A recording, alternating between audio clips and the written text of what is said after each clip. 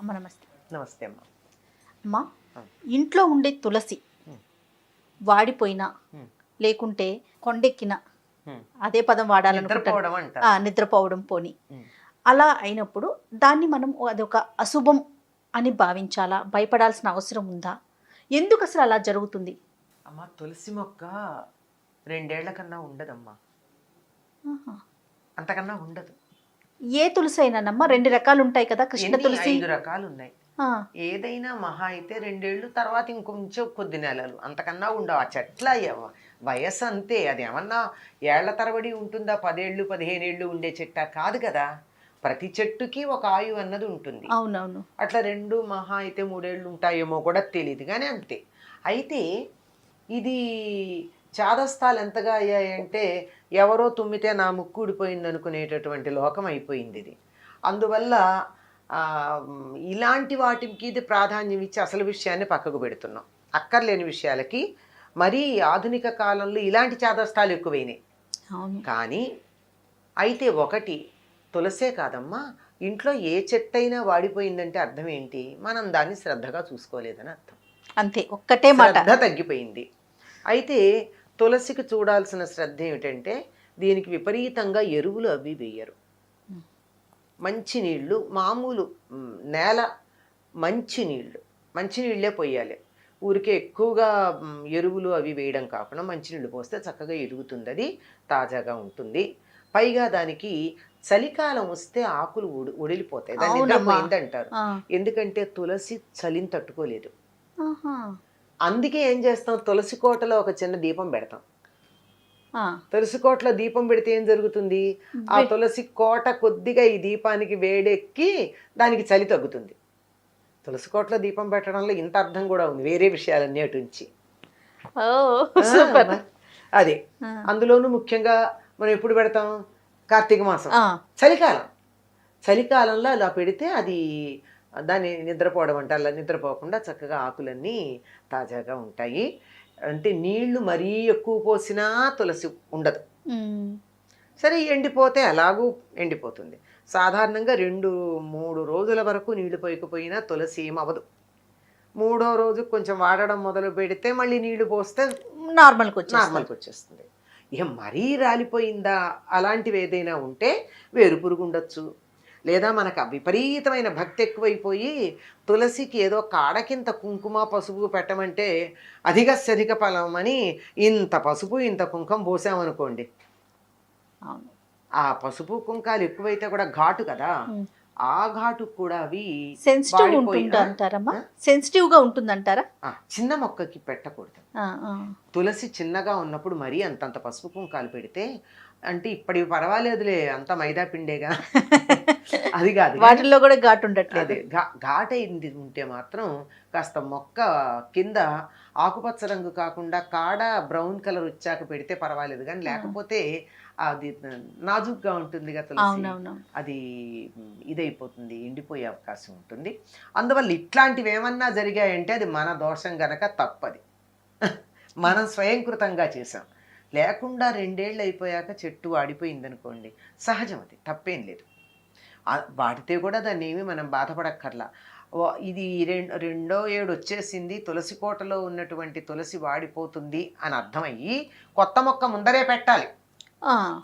పెడితే ఇది ఎదుగుతూ ఉండగా అది వాడుతుంది. అది ఎండిపోతే అప్పుడు దాన్ని తీస్తారు, తీసి మళ్ళీ ఎక్కడ పడితే అక్కడ పడేయరమ్మా. బాగా లావుగా ఇంతంత లావును మొదళ్ళు కనుక్కుంటే తులసి పూసలు చేసే వాళ్ళకి ఇవ్వచ్చు. లేదంటే చాలా చక్కగా వాటిని ప్యాక్ చేసి అక్కడ పెడితే ఎవరన్నా హోమం చేస్తూ ఉంటే దానికి వాళ్ళకి తులసి కావాల్సి ఉంటుంది, తులసి వాటి హోమాలు అవి చేసే వాళ్ళకి ఇవ్వచ్చు. ఎక్కడ పడితే అక్కడ చెత్తలో పారేయకూడదు. ఎందుకు అంటే తులసికి ఇంత విలువ ఇవ్వడం, అది పవిత్రంగా ఉంది, ఏదో తులసి అనేటటువంటి గోలోకంలో ఉన్న గోపిక యొక్క అవతారం, ఇవన్నీ పురాణ సంబంధం. మేము పురాణాలు నమ్మమని ఎవరు అడిగారు? నమ్మిన వాళ్ళకి నమ్మినంత, నమ్మలేదనుకోని ఇష్టం, నమ్మమని బలవంతం చేయాల్సిన పని లేదు. దాని యొక్క విషయం గనక గమనించినట్టయితే తులసి కోట దగ్గర ఎప్పుడూ కూడా కావలసినంత ప్రాణవాయువు ప్రసారం అవుతూ ఉంటుంది. అందువల్ల ఒకసారి దాని చుట్టూతా 3 సార్లు తిరిగామనుకోండి, తిరిగినట్టయితే మరింత ప్రాణవాయువు మనకు వచ్చి మనకి చక్కగా శక్తి ఉంటుంది. ఇది. తర్వాత అనేక రకాలైనటువంటి సూక్ష్మ క్రిములను అది పోగొట్టగలదు. వాతావరణంలో ఉన్న కాలుష్యాన్ని పోగొట్టగలదు. ఈ సంగతి మనం చెప్పడం కాదు, పాశ్చాత్య దేశీయులు కనుక్కున్నారు. అమెరికాలో చాలా సంవత్సరాల క్రితం, సుమారుగా 20 ఏళ్ళు అయి ఉండొచ్చు, క్రితం ఒక రోడ్డు పక్కన ఒక శవం దొరికింది. ఆ శవం చచ్చిపోయి అది వాడిని చంపేసి చాలా రోజులైంది. అంటే ఆ కేసు కోసం వీళ్ళు చూస్తుంటే అల్టిమేట్గా దొరికింది. లెక్క ప్రకారం అది కుళ్ళిపోయి ఎందుకో పనికి రాకుండా ఉండాలి ఆ డేట్ ప్రకారం, కానీ అది తాజాగా ఉంది. ఎందుకు తాజాగా ఉంది అని వాళ్ళు పరిశీలిస్తే, వాళ్ళు అక్కడ పారేసినటువంటి చోట ఉన్నవన్నీ తులసి మొక్కలు, చాలా పెద్ద ఏపుగా మెరిగిన తులసి మొక్కలు. ఆ తులసి మొక్కల్లోంచి వచ్చేటటువంటి గాలి వల్ల అది తొందరగా కుళ్ళిపోకుండా ఉంది. చూడండి. అప్పుడు వాళ్ళు తులసి మీద ప్రయోగాలు చేయడం మొదలుపెట్టారు. దీన్ని ఆసిమం శాంక్టమ్ అంటారు ఆంగ్లంలో. వాటికి ఉన్న శాస్త్రీయ నామం ఆసిమం శాంక్టమ్. శాంక్టమ్ అంటే పవిత్రమైనది. అలాంటిది. దాని మీద వాళ్ళు చాలా పరిశోధనలు చేసి దీనికి శరీరంలో ఉన్న జీవ చైతన్యాన్ని పునరుజ్జీవింపజేసే శక్తి కలిగింది అని వాళ్ళు నిరూపించారు.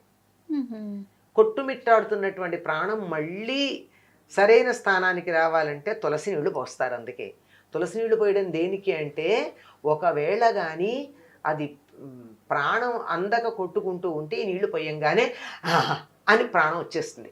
అవును, అందుకు పోస్తారు. పోతారని పోయడం కాదు, లోపల మళ్ళీ ప్రాణం ఏమన్నా అందుకుంటుందేమో అనడానికి. అంతటి శక్తివంతమైనటువంటిదమ్మ తులసి.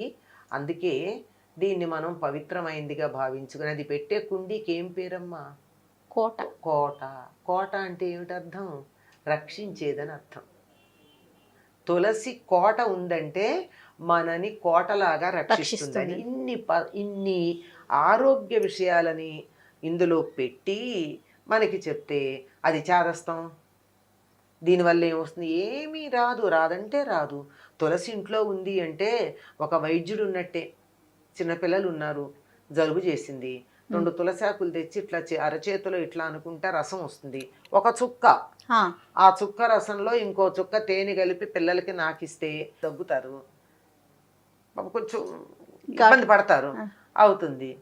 అయిపోయింది, ఫ్లమ్ పోయింది. అంత తేలిక.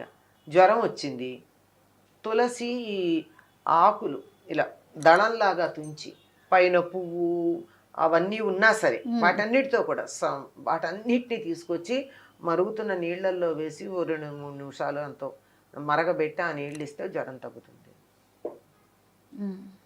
అంటే ఇవన్నీ ఆరోగ్యంగా ఉన్న వాళ్ళకి సీజనల్గా వచ్చే వాటికి చెప్తున్నా. వేరే రోగాలు ఉంటే మనకు తగ్గుతుందని చెప్పలేం. ఇట్లా ఇంటి వైద్యానికి బాగా వాడుకుంటాం. బాగా వాడతారు తులసి. దగ్గు, జలుబు, జ్వరం, నులిపురుగు,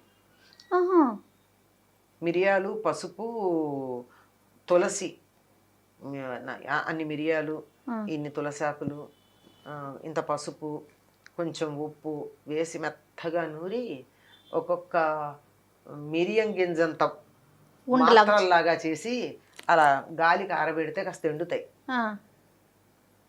పిల్లలు నులి పురుగులతో బాధపడుతూ ఉంటే ఎక్కువగా ఇబ్బంది పడతారు కదా, అప్పుడు పొద్దున ఒకటి సాయంకాలం ఒకటి వాళ్ళకి ఇస్తే చప్పరిస్తారు.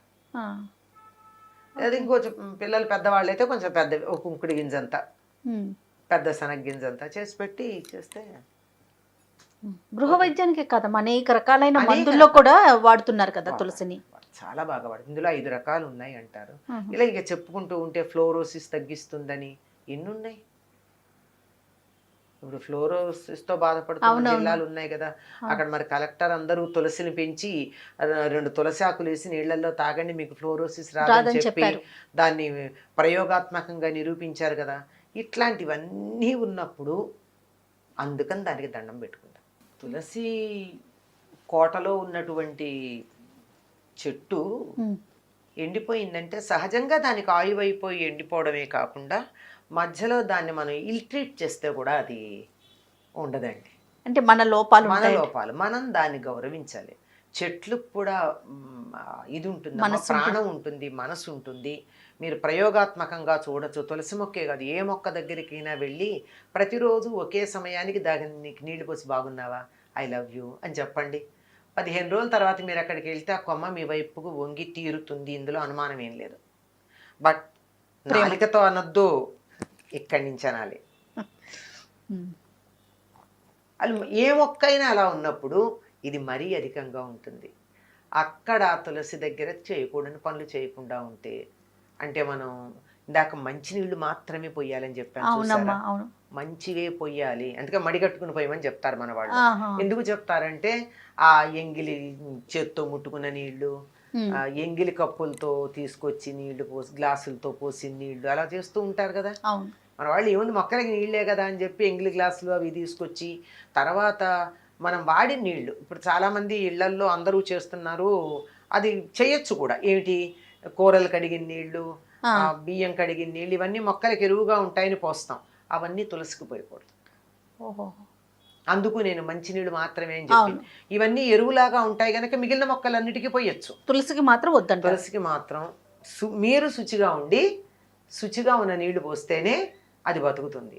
ఒకవేళ మన ఇంట్లో అట్లా అయ్యింది అంటే తప్పనిసరిగా మనం దాన్ని ఏదో కొంచెం గౌరవించలేదన్నమాట. లేదా అశుచిగా ఉన్న వాళ్ళు ఎవరైనా దగ్గరగా వచ్చినా కానీ తులసి ఎండిపోతుంది. కొంచెం ఎవరు పడితే వాళ్ళు ఎప్పుడు పడితే అప్పుడు తులసి దగ్గరికి రాకుండా చూసుకోండి, అంతే. తప్పకుండా అమ్మా. నమస్తే. నమస్తే. ఇక ఈ వీడియో కనుక మీకు నచ్చినట్లయితే లైక్ చేయండి, షేర్ చేయండి. మరిన్ని ఇంట్రెస్టింగ్ వీడియోస్ కోసం మా ఛానల్ని సబ్స్క్రైబ్ చేసుకోండి.